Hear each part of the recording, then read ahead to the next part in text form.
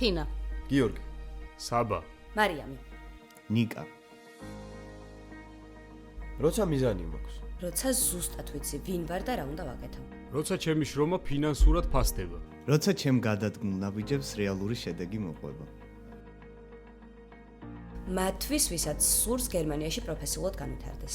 მიიღოს ევროპული პრაქტიკული გამოცდილება ტურიზმის სფეროში. დატრენინგდეს და აიმაღოს კვალიფიკაცია ყველაზე უმტკივნეულო გზით. როგორც ბევრი ჩვენთაგანი უკვე მოიქცა. ჩამოვიდეს საქართველოში და პროექტის ფარგლებში დასაქმდეს სასტუმროში საკმაოდ მაღალ პოზიციაზე. აი მე მაგალითად ესე დამემართა. გავაგზავნე CV, სამოტივაციო წერილი. მე არ ვიცოდი გერმანული. ვიცოდი, მაგრამ ცუდად. და შემდეგ აღმოვაჩინე ქართულ-გერმანული პროგრამა.